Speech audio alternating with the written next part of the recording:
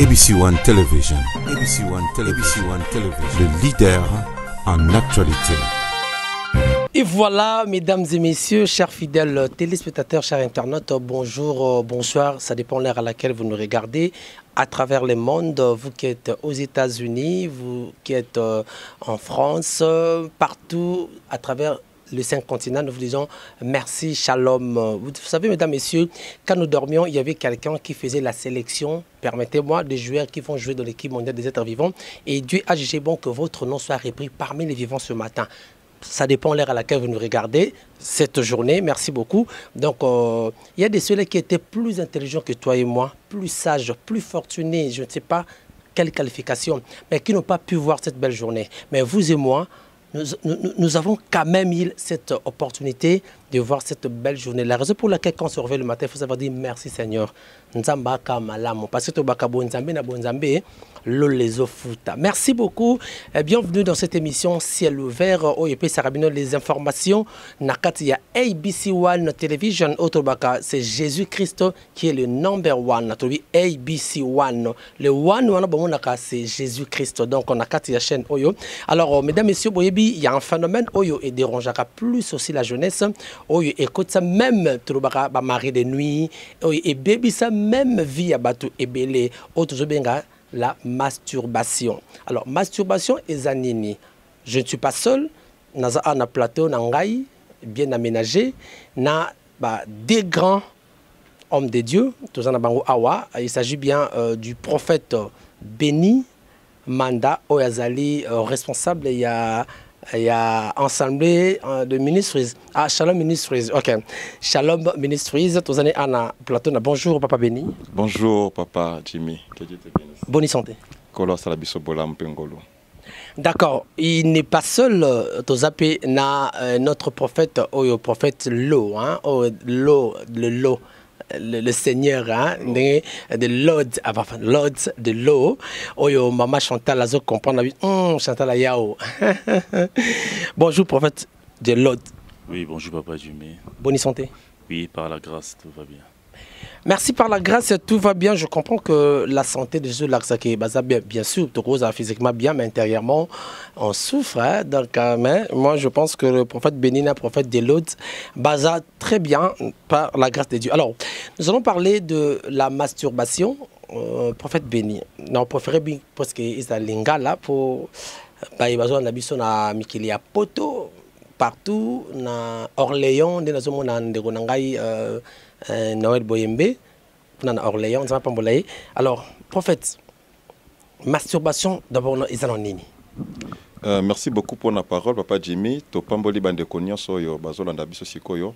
Toke bala moko droit au sujet, droit au bi plutôt. Masturbation zali phénomène oyo bande ko basi pe mibali basala ka pona ko misepelisa bango moko. C'est-à-dire azui maboko te loko moko boy azako simba ba partie intime naye. Nzoto naye. Au lieu azwa plaisir na partenaire moko opposé, c'est-à-dire sokaza mwasi azwa plaisir et pas mobali, sokaza mobali azwa plaisir et pas mwasi, mais ye na ye moko aza komi faire plaisir. Yangwana on a lopoto babengi masturbation. Donc na terme moko français simple ezali autosexualité.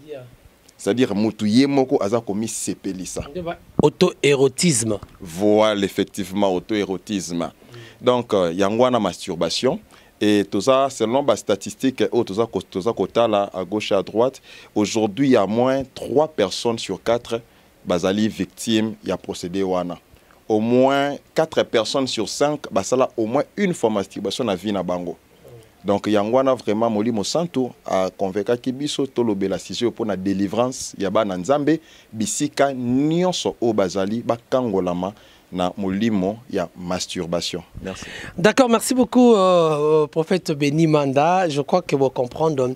Alors oui, c'est auto-érotisme, c'est-à-dire auto-sexuel moto afin de gagner moko na aide ya maboko hein azako se faire plaisir hein oyo ils ont des partenaires, c'est-à-dire masculin féminin de ba partager plaisir wana mais yemoko azako sala ndeko moi c'est ndeko mobali. Alors prophète, quelles sont les conséquences et influences à la fréquence et à masturbation?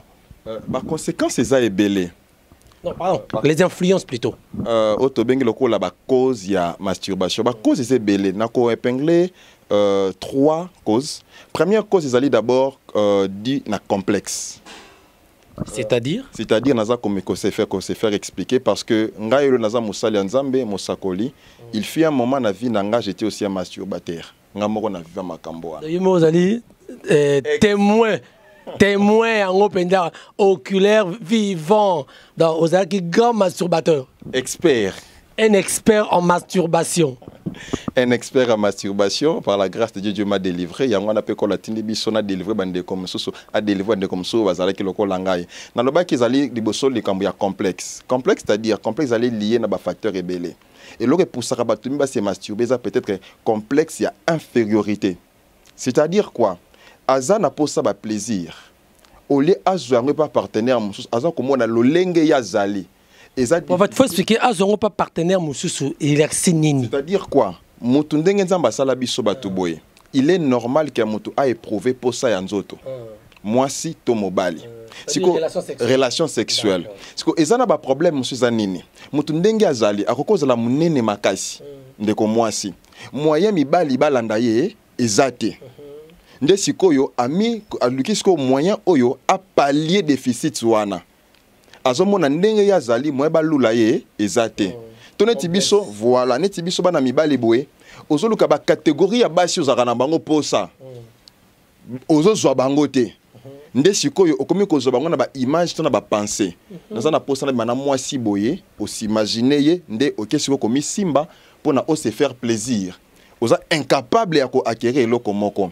Deuxième cause ezali stress. C'est-à-dire tous ceux qui ont un problème vie et même les makambo ebele balukaka moyen ya parler na ba problème wana. C'est la raison pour laquelle Nzambe a établi sa famille na communauté. Ceux qui n'ont pas problème na koluka yo ofani sanga yo consoler ngai. Mais dans la plupart des cas, ceux qui ont un problème et sengaka affection bato alingaka. Parce que ceux qui ont un batute ba ko apporter affection wana. Ndeko mona mutu a se retirer na kati ya chambre nesika mo eza coulisse abandi komi sepelisa pona a se déstresser. Troisième cause la plus majeure est la pornographie. C'est-à-dire bandeko batalaka plus sur film pornographique. Effectivement, film pornographique, site pornographique, magazine pornographique. Même film érotique. Film érotique, c'est-à-dire na lingala film o bazola ki sa moi sina mobile baza ko sangisa nzoto. Voilà. Film wana eza stimulant sexuel.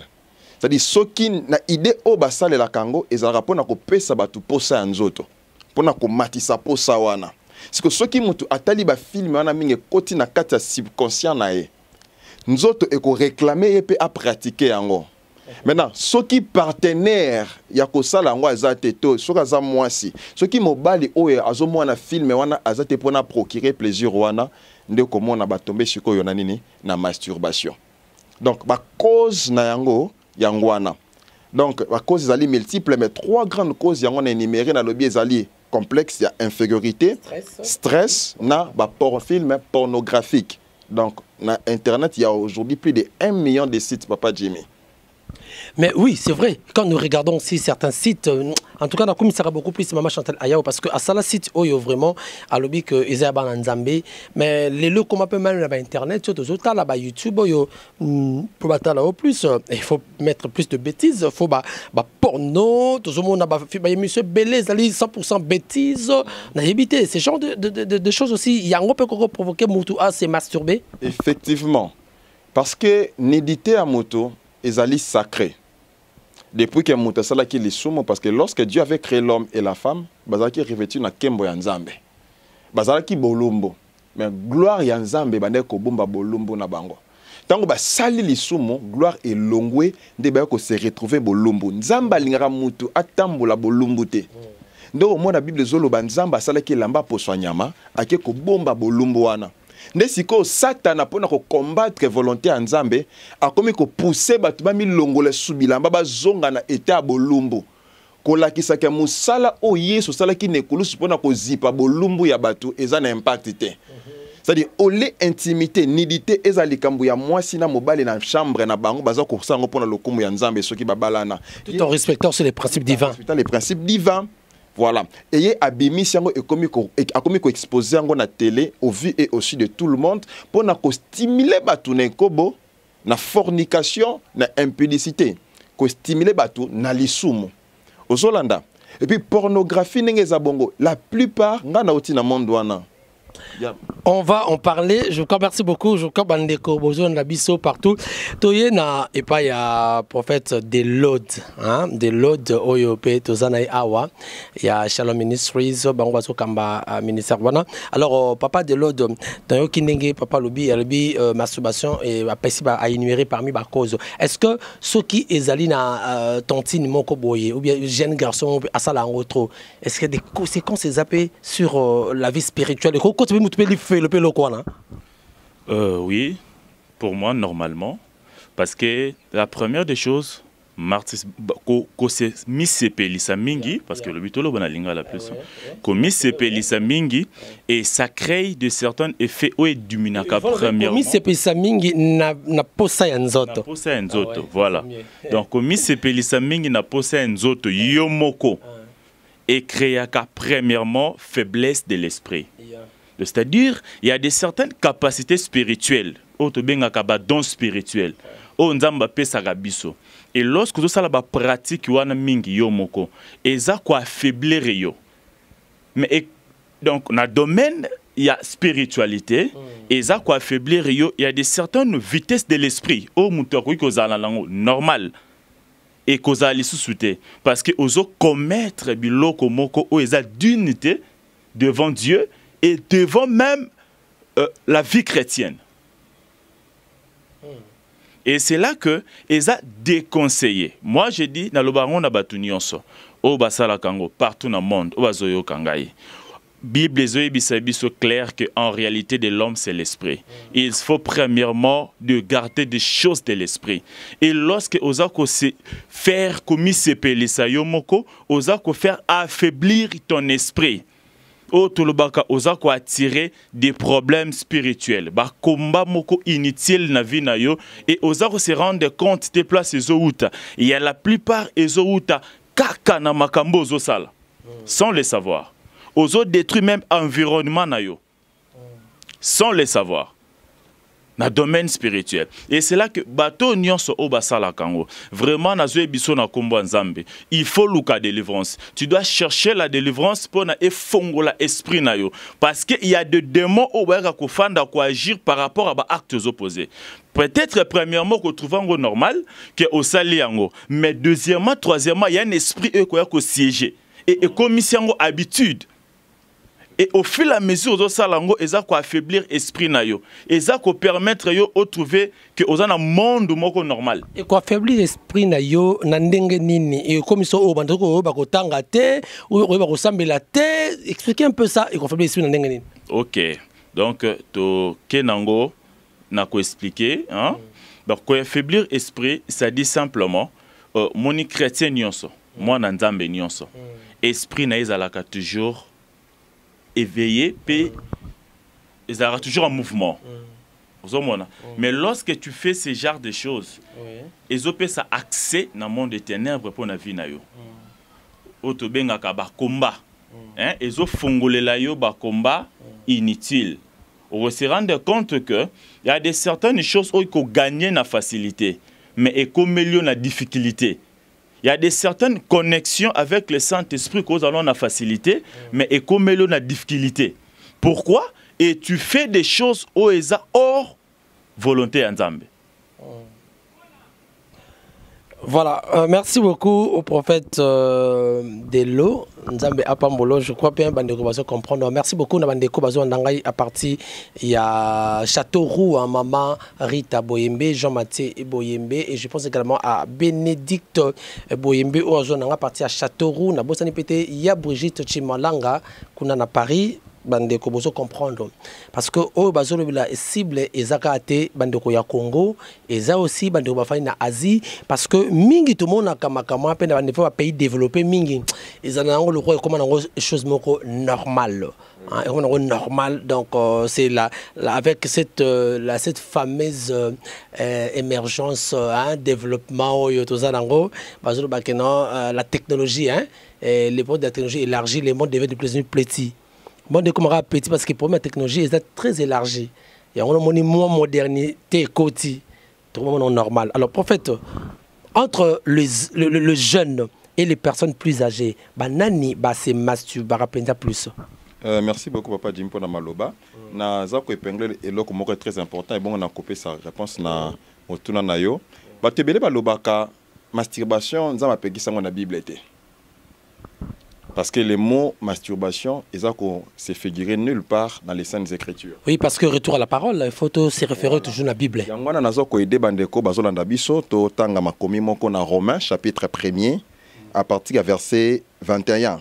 Natangi na kombo na Yesu Masia, puisque ayant connu Dieu, ils ne l'ont point glorifié comme Dieu et ne lui ont point rendu grâce, mais ils se sont égarés dans leurs pensées. Et leur cœur sans intelligence a été plongé dans les ténèbres. Verset 22e. S'évantant d'être sages, ils sont devenus faux.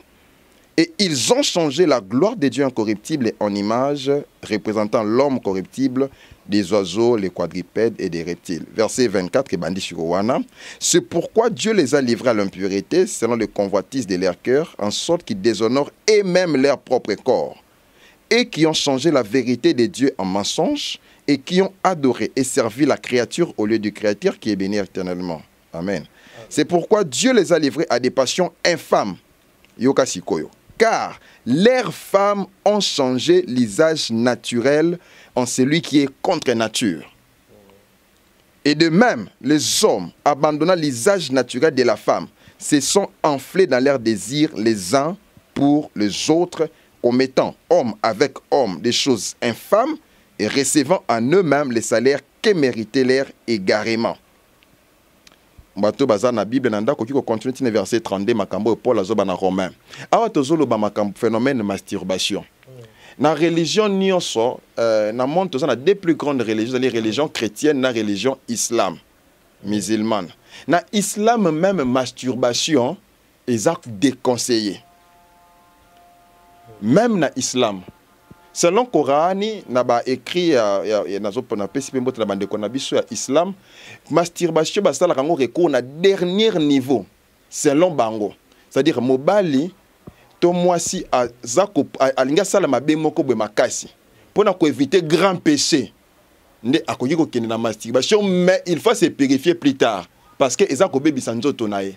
Wana selon ba musulman na bi ke bande ko na biso ba imam sika bazali ba ko contredire ngata na le kamboyo parce que pona biso ba na nzambe ba chrétien masturbation zali lisumu tangu mutu atiki mwasi to atiki mobali pona ami sepelisa ye moko eza lisumu entre bana ba jeune na ba papa batu oyo ba se masturbaka plus ezali ba jeune parce que plus la personne est jeune plus aussi nous on peut ezako senga ba posa wana et se manifester nde sikoyo problème naza ko bakisa oyo mosakolande ko ba concernant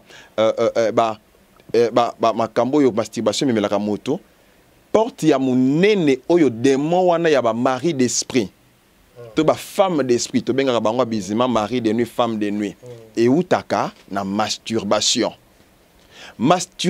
et créaka stérilité. Mais Nabaminganga ya mokilinde balobi que le fait que se masturber est trop et créer une stérilité. Est-ce que na bonzambe peut créer na point nini? Yango nazo expliquer. Totangi na Romain balobi se vantant d'être sages, ils sont devenus fous parce que selon la médecine, na ça la médecine papa Jimmy. Selon la médecine balobi masturbation ça n'a aucun effet négatif selon la science. Un homme normal à cause d'un épée patron, directeur général, à cause d'un épée menuisier, n'importe qui, à cause de se masturber, ou n'importe quelle femme, à cause de se masturber, ça m'a bêté. Mais Nabonzambe, tu y a que action nyon somuta posaka. Physiquement, ça vient du spirituel. Parce que tant que yo se masturbaka, y a que ça n'a pas démon ou ba poussaka yo, on se masturber. au miso ba mari de nuit, ba mari d'esprit. Effectivement. Ah bon? Eza ba démon akoya afandi a excité hypothalamus. Ezali organe o estimula ka ba sentiment ya nzoto na vie na nzoto ya moto. Ba démon ba ke ba stimuler ngo comme ko pousser au se satisfaire. Na katité na zo pe sa témoignage papa moko ba komaki na 45 ans. Azana musala malamo mais azobala te ba famille ba tie pression papa, il faut bala. Yé azalaki expert en masturbation. En exponentiellement masturbation. Ndeko pas je moi si ba balane ti ba zalaki na fiançailles atkala ko toucher ndeko moi si te. Le jour ya nuit de noces. Abandi ko sala rapport na moi si depuis bandaki na 1h, ti 4h. Et le réseau ya te. Moi ça kanisi za endurance. Ezaki sinzoka ti les faits azako passer rapport na ndeko moi si azoyo ke lengi onza pesa bandeko basite. Parce que ba démon si ba mesanisi na maboro na e. Asengi moi si na 2 secondes lobi excusez na kende ko na douche. Tanga koti na douche azuika ka gel. Asimba 20 secondes de bouche. Ayeko misepelisa. Nzamba ayeko sunga ya kutanaki na biso. Tolekisa na délivrance. Ezana ba jeune fille ebele. Masturbation âge nango bandaka à partir ya 9 ans. Ba jeune fille, ba garçon à partir à âge à 12 ans. Bandeko bazola nanga oyebi ko se masturba ki lobi. Oyebi ko sala kango régulièrement. Oza ko perdre spirituellement. Et puis diable a ko combattre yo na foyer na yo. Mibali pona ko ba bandeko mibali. Soko se masturba ka mingi, esprit wana ya femme d'esprit akomana ko éloigner bandeko basi pembe na yo pona ko maintenir na masturbation. Ou pire encore, à cause si yo désir ya moi si. Ce qui pende ko moi si, à cause si yo désir ya mobali. Okoko vivre na mobali boye, mais ozo sentir riete. Ozo se pala ozo ngaka yo moko bana komi koti sakabilo ko pona komi pesa plaisir. Ndenge nzamba tindi biso lelo, te bisa bandeko. Que peu importe ba année au sali na masturbation. Possibilité otikango ezali. Et puis masturbation ba kitarango na décision personnelle te. Olala go l'amour qui ça va, na tiki se masturber. Il faut aider à mutumo kazali mûr spirituellement à soutenir yo. Oyi ko sala démon na salango 6 mois mais jour mon fanda 6 mois au fanda après quelques minutes au qui pose ça au manes souvent kende wapi.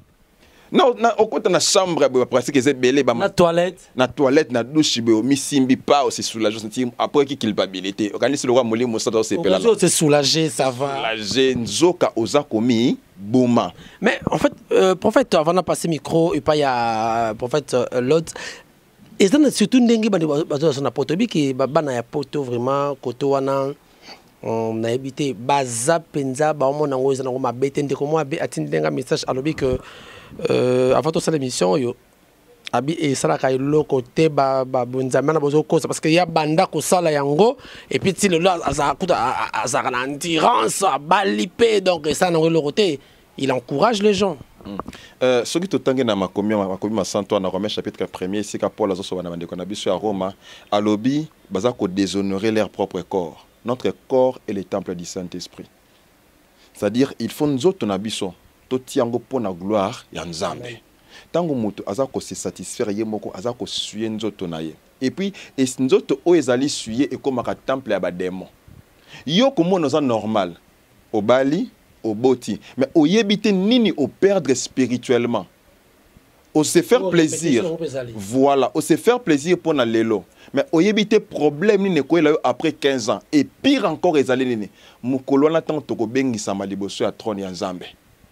Balobi nyonso oyo bat basala ki na cachette et kobima na poisa. La raison pour laquelle ceux qui masturbation ils ont mabete. Pour ne to sala ka en public été. Kasi ceux qui paient rapport au pays à la mabete pour to sala en public été. Rapport eza mabete parce que Nzambe ne institua yango. Et puis à définir ça cadre, voilà, à définir ça cadre ya pratique nango. Voilà. Et ça la makana intimité ya moi sina mobile sika ya bango mibale. Ba respecter ba principe ya Nzambe. Mais masturbation en aucun cas Nzambe atikala ko autoriser yango. D'accord.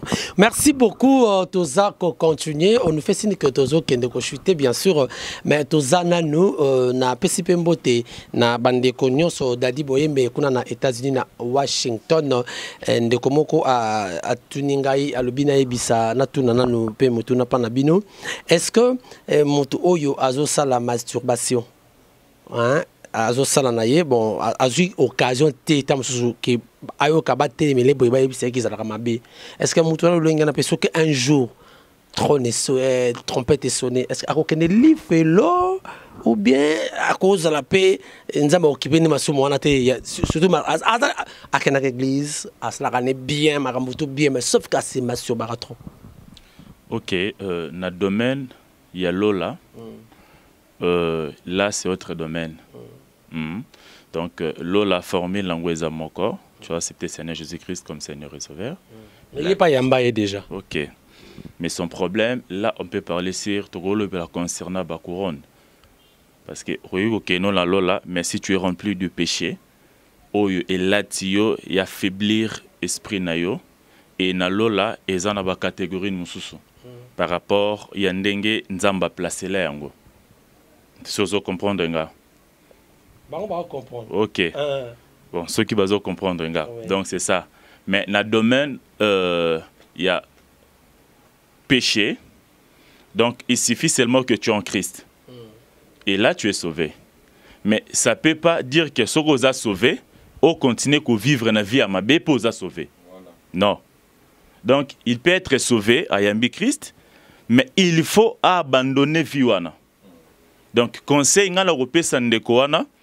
Ce sont des démons qui ont animé yo ba empêcher yo au saisir gloire en Nzambe complètement. Mais il y a des gens dans mboka ya azana Turquie, et za mboko amindele pe bazali kuna ka ba o ba ile biso pe makambo ba te so ba ile biso comme évangile, ka ba basali ba film ba zo pe ça et que bo salango et zalango normal. Bango ba ile biso évangile.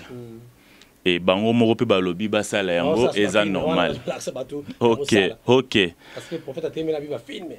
Mais selon Gaï, na repé ça sous conseil mi balé. Donc comme mundela yenango et c'est pas dit que nyonso au sala yango.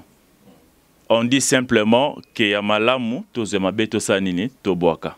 Ya malamu o ba elibiso évangile. Mais à ma bé au baso que la biso peut détruire car au bayaki nango et ça va film. Donc ce sont des actes au diable a poussé que séduire peuple pour que base à la concentrer na vraie parole de Dieu. Donc d'ailleurs Bible ango baye nango bango baso combattre ango. Donc ce sont des démons juste. Donc bandoki, ba sorcier au baso ka ko détruire servir à peuple de Dieu. Ba comment on a pointé à maîtriser ce qui est saint dans la parole de Dieu. Parce qu'au fil de la mesure que Moutou a rempli de démons, moyen à maîtriser de certaines choses na vie na ezate. Aux hommes na Moutou soit qui est dans l'église, après il y a chaque jour. Mais Bible o yemora simbara chaque jour à comprendre en côté. Il y a deuxième de personnes vie na ezo changé té. Pourquoi azo demeurer toujours dans le péché? D'accord, merci beaucoup. Balobit au commis vraiment Nasuka. Je crois s'il y aura trop de demandes, tout ça la deuxième partie sous il y a émission. Alors prophète tu as clôturé. Alors ce qui décide de quoi l'andibiso pour la journée à l'élo, mukolo à l'élo na émission Oyo à se retrouver surtout mingi na bamboka ya libanda bazulanda biso à se retrouver que aza na ka Oyo il y a masturbation. Na évité mutu alolengi wana et d'abord on va te la question est-ce que ba chrétien peut ba ça peut masturbation ba chrétien est-ce que au salaire remarque quoi pour dire quand on a l'église effectivement une fois tous les cas qui na émission moko dans la émission tous les cas na radio na parla qui sur masturbation sur 100% d'appel na zoa qui na radio 80% ezaki ba chrétien moko ko dazo la bi papa na tiko sala ngonde ko to sikoyo. Et ça, fléau arme au diable à combattre pour na sa église, à affaiblir les chrétiens, à force à ça lango muto à douter na sali pe à perdre ça là se retrouver na lifelo. Ozaro la na papa Jimmy. Yango tozolo baboye. Ba démon oyo ba s'occupe kana ba problème sexuel, ce sont des géants. Ba esprit incubateur na succubateur. Bango de baka ko fana na kati ya moto pour na ko pousser à ça. Esprit incubateur et succubateur. Voilà. Ba esprit incubateur ezali ba esprit wana oyo ba yo kaka esengo ya ko exciter moi si na ba plaisir sexuel. Bango wana ba mari d'esprit. Ba esprit succube to ba succubateur eza ba esprit wana ba ko esengo ya ko exciter mobali. Lokola ba femme de nuit. Ba utaka na ba film porno, ba utaka na ba kotaka na ba masturbation. De tellement que bazaka ba géant. Ndena ba ki mutu na décision na ye moko. Eza vraiment moi passi. Nde eza lokola mutu na libulu moko munene, il faut batendre ngende nini loboko. Nde senga ka soko luka mutu moko nzamba za na nguya za na maturité za na expérience spirituelle pona ko lekisa bango na délivrance ko kangola ko bimisa bango na puissance wana. Nazo sambela nzamba pesa biso ngolo to ça la peut-être deuxième partie pona ko expliquer comment moyebi ke ozana problème wana. Et loko liboso zani papa Jimmy, excusez-moi tant comme na souka, et loko oza ko maintenir batu na masturbation des fois ezali soni. Et comment si j'ai mon copé tabou. Azobanga koya ko expliquer pasteur que voilà nga la sala ka pratique yo, peut passer au seke ah na yebe na mona ko kitoko we. Voilà, au moins un beau garçon, une belle fille mariée. Mais à ça la kayango. Mais na téléphone quand même repose numéro ba robenga yo. Voilà. Dina za kopé sa principe mon ko bande ko bazolanda. Le diable se cache dans les secrets. Attention à makambo salaka na kuku. Diable a fan wana. C'est l'une des raisons zamba atindi biso lelo to pesa yo bonne nouvelle et que makamba malamu eza liboso na yo. Il faut aussi abandonner ba pratique nyonso ya mabe eza ko suer corps na yo. Soki ondimi vie na yo ko fungwama. Pe bomo ya seko ko embrasser ngo à bras ouverts. Partout, partout. Tout ça la ba délivrance partout. Sans compter le déplacement, ceux qui peuvent mettre comme ici quand des quoi ça, quand on a téléphone, au moins on a délivrance, il y a des choses que Dieu opère, papa Jimmy. Prochainement, peut-être qu'on peut savoir extrait de la délivrance tout ça concernant. D'accord, merci beaucoup. Nous sommes arrivés à la fin. Tous papa de Lodz, Nini Bandeko bako retenir na passage d'ailleurs sur la masturbation na émission Yalelo. Ok, merci. Oyo na koloba. C'est juste na bande nyonso o bozolanda ngai o bozokazo landa ngai si tu as tombé na ka oyo o tombé na citation oyo, n'hésitez pas et ya koluka basala nzambe, n'hésitez pas, il suffit ya kobenga partout dans le monde, partout dans le monde, même biso, même oaza pembeni na ye abenga to orienter na ba prière et Dieu nous a donné la connaissance, l'énergie pour nous longola bino na baka oyo. Donc vraiment partout dans le monde, n'a prié pour nous que le Saint-Esprit a simbayo a touché mon témoin o longola soni, o longola kobanga, o lukabiso, toko bonde la pona yo et Nzambe a ko délivrer yo o komona comment vine ko changer Nzamba pambole. Merci beaucoup au prophète béni. Qu'est-ce que Batobako ko retenir na passage na yo na émission allez sur la masturbation. Makomie Zoloba, vous connaîtrez la vérité et la vérité vous affranchira. Peut-être que bakite ke zala kamabe, le comprendre que zali volonté en Nzambe te o demeurer na masturbation. Ce qui au salango atamba la moko. Vous en a besoin de délivrance. Atosa musala Nzambe koyoka sonité. Benga biso partout aux ali. Molimo mosanto ako simba yo, ako kangola yo, et puis vi na yo pe eko fungwama.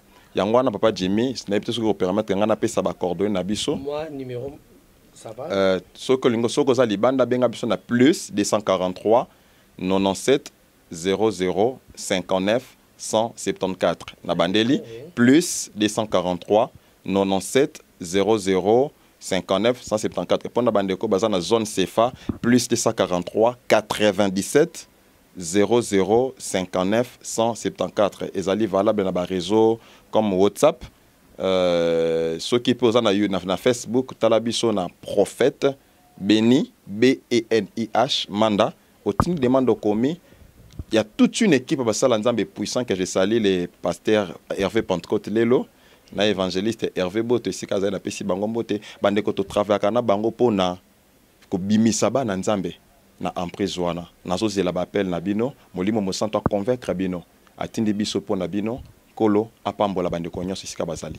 Merci beaucoup, merci d'être venu, prophète Manda, et merci aussi prophète Delode Nzamba Pambola Bino, parce que vous avez accepté de répondre à l'invitation Nabiso. Mesdames, messieurs, nous sommes arrivés à la fin. Nzambe apambola bande konyo so bon division na monde. Là, je vois maman Chantal Ayawo na papa Osé et Rebecca na Bianca kuna na Washington. Vraiment maman Mboyo, Daddy Boyembe, grande sœur propre. Je sais que vous êtes super branchés.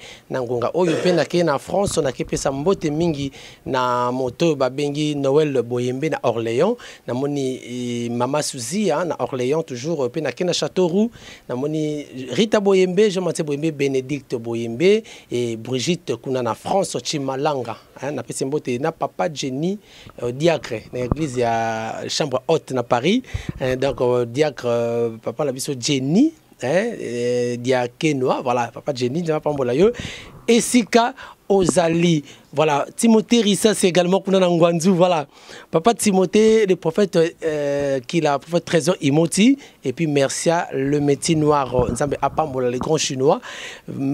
Alors, derrière la caméra, c'était notre ami Gonago, Nzamba Pambola, et puis montage, il y a Fali Matoko, passé à Didier Lopinga, Nabo Sanité, Nzamba Pambola Bino, Tokutani Soki Bolingi, Bokotinda, ba message Nabino, ba prophète Barozonga, toujours, parce que balobi belete misu balobi ngote pona ninoko osala pour que olongwa na makambo osala kano kango il y a 15 ans on se masturba oye baraté je crois oyoki mais esilité faut de temps donc écoute prochainement ciao.